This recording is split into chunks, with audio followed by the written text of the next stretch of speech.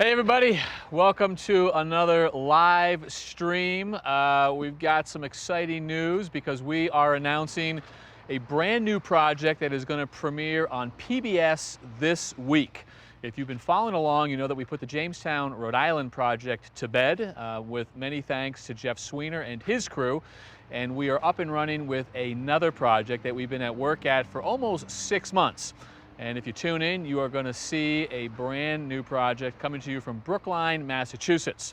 Brookline is just outside of the city of Boston. It's a big urban center. It's a great place to live. We're working for a young family, 2 doctors who live and work nearby with a little daughter.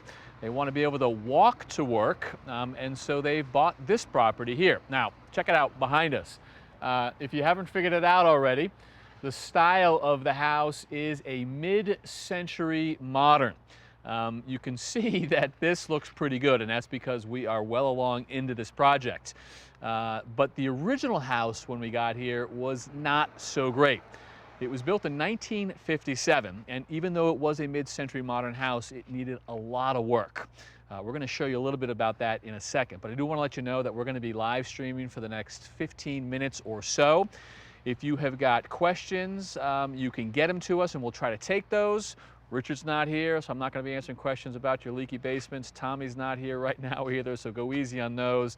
It's mostly about what we're doing here with this new project, what you're going to be seeing on the brand new project premiering on PBS. When we got here, let's talk about what the house looked like. Tommy and I actually rolled up to this house to check it out, and it was awesome. Tommy got to drive a 1957 Chevy. He told us that he actually owned one of these things when he was a kid. I think he said he bought it for 120 bucks or so. Anyway, that's how we came to the job site. And when we saw this house, well, like I said, it wasn't much. It was a little gray box, but it did have all the hallmarks of a mid-century modern home. It had the low sloping roofs, it had vertical siding, it had asymmetrical windows, but there wasn't a whole bunch to it. But we're gonna make some big changes. And when you tune in for that PBS premiere this week, you'll get a sense of some of the changes that we're going to make. I'll give you a little sneak peek right now. If you look over here, all of this horizontal unfinished siding right here, well, that is one of the additions that is already up. That original house is right here. And let me just show you a couple pictures of what that looked like.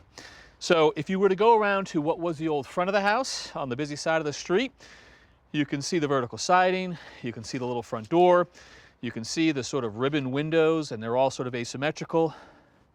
As you wrapped around to the side, an unimpressive little side right there, but this was a very modest home when it started.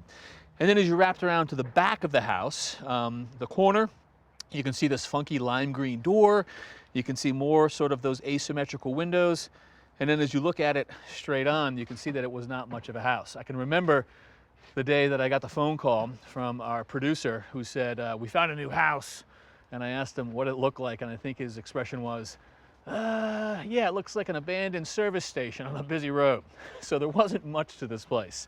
But we are going to be making some pretty significant transformations. That addition is one of 2. There's another addition on there. You got to tune in to get all those details. But you want to walk inside? They'll give you a little tour of what's going on right now. So you can see it's well, there's a lot going on. You can see that we've got a lot of materials in place.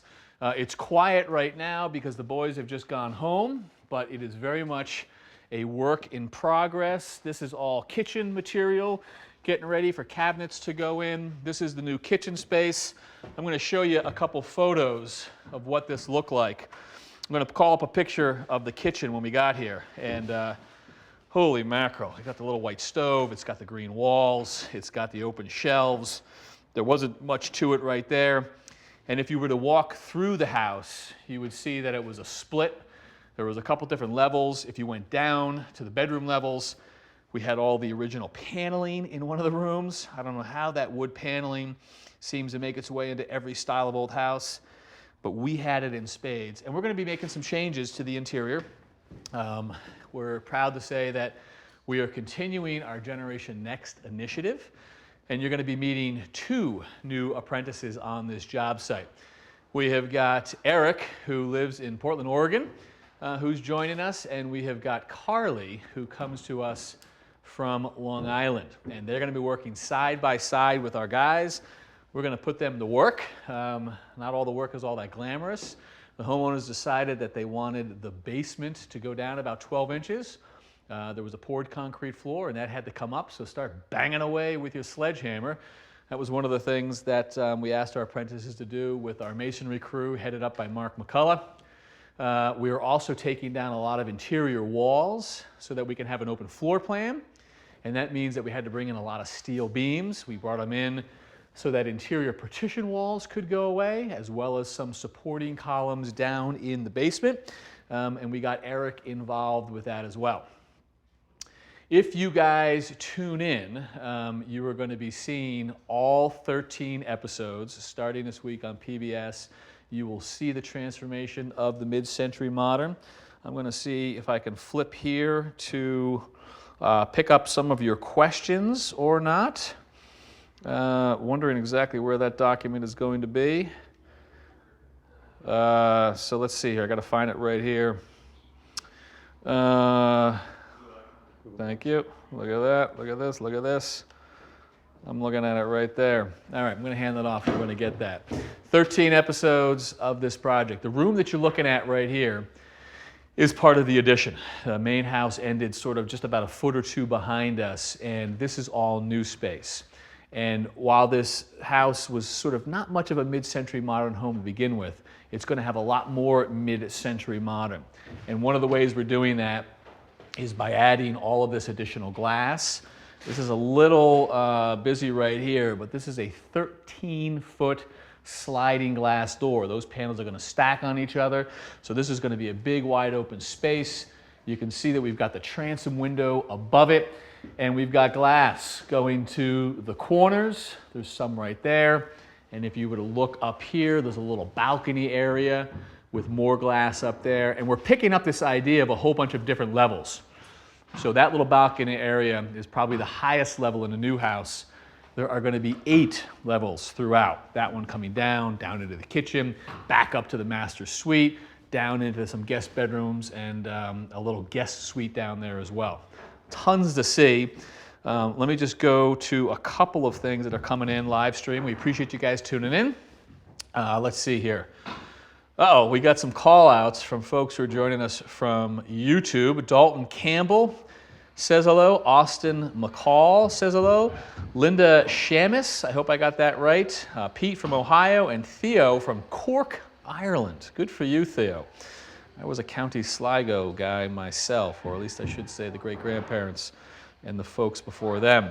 Some Facebook's hellos are coming from Maria Smith, from Kyle, Texas, Bernard from upstate New York, Karen from Illinois, Mike C. and Thomas from Vegas, Mark from St. Louis, Neely from Minnesota. So we appreciate all you guys tuning in for the little live stream.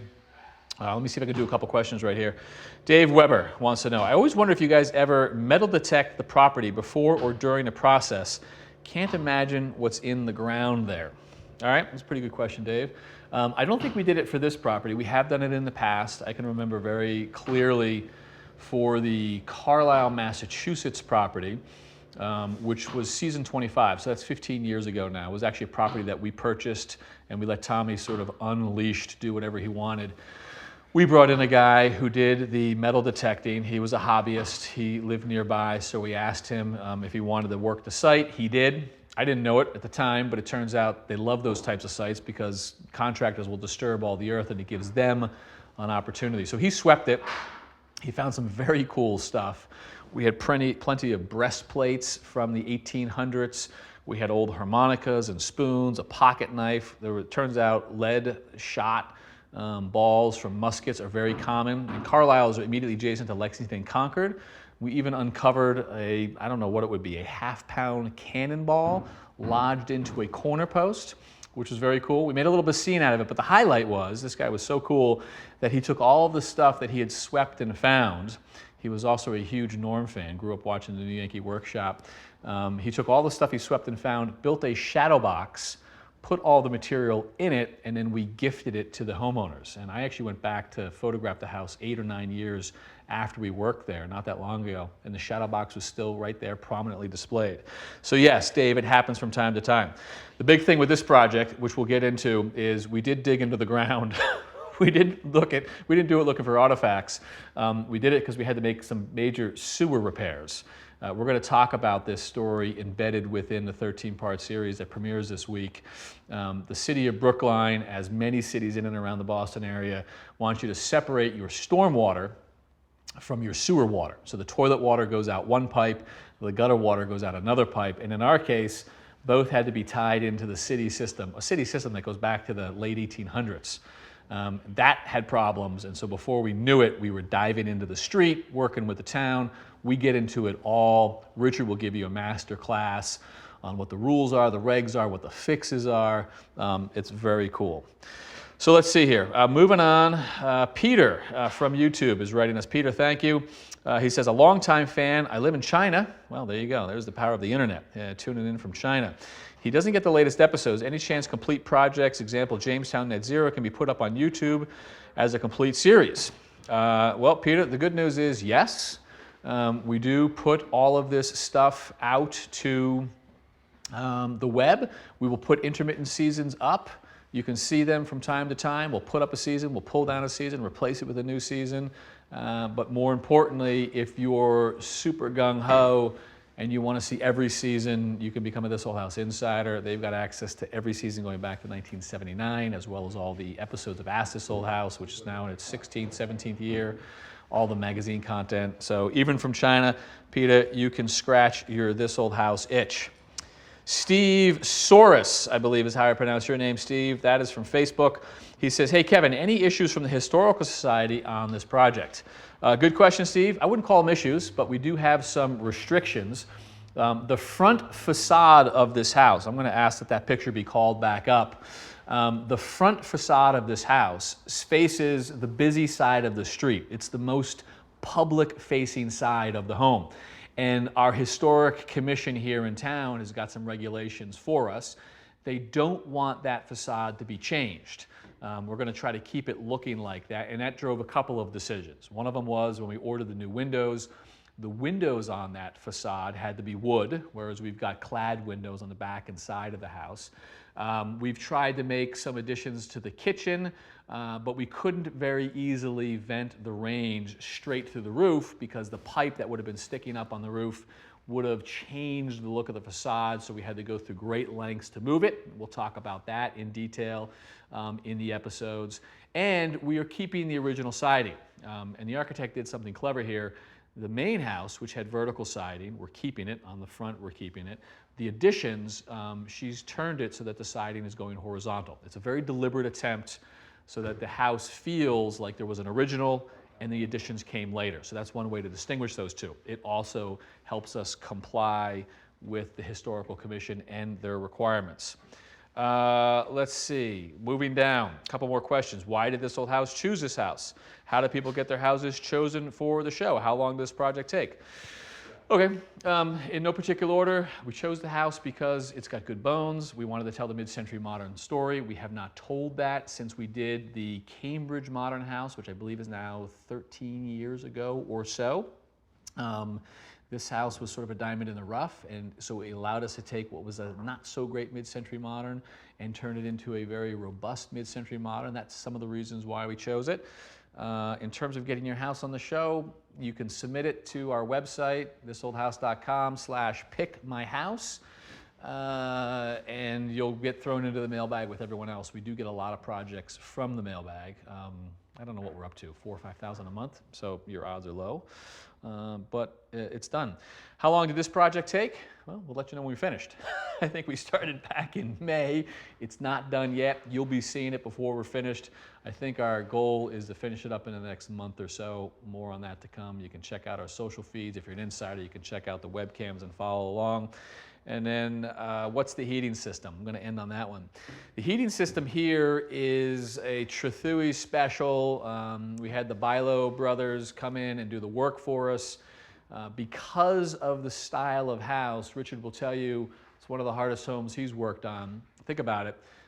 There's really no basement. We're turning it all into living space, and there's no attic.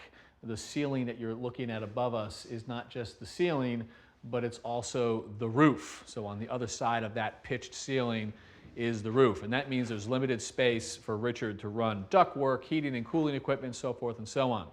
So the primary heating for this house is radiant throughout. We have got radiant underneath a porcelain tile here. It'll be underneath wood floors where there are wood floors. And then for air conditioning, we are using a very small mini duct system, which I don't even know if you can see any of the registers. They're hidden so well. Over here down to the right, that's an example of it right there. Those are a little bit bigger. That's probably the return system. The mini ducts are all throughout. So yeah, we're going to dive into that one. Radiant throughout, outside and in, air conditioning through the mini duct, super efficient. We have got the entire crew working with us here. It's a Silver Brothers project, so Charlie's leading the charge. You're going to see Tommy, you're going to see Norm, you're going to see Richard, you're going to see Roger. You're going to see our apprentices. You're going to see Nathan back working with us. He's doing the kitchen right now in the background. You're going to like it. 1957 mid-century modern gets a brand new life. We are premiering this week on PBS, 13 brand new episodes. We hope you guys tune in, and we're going to ask you to check back because we will do some future live streams as well. Sorry I did not get to everyone's questions, but we do appreciate you guys tuning in. And with that, I'm Kevin O'Connor signing off from our Brookline Mid-Century Modern.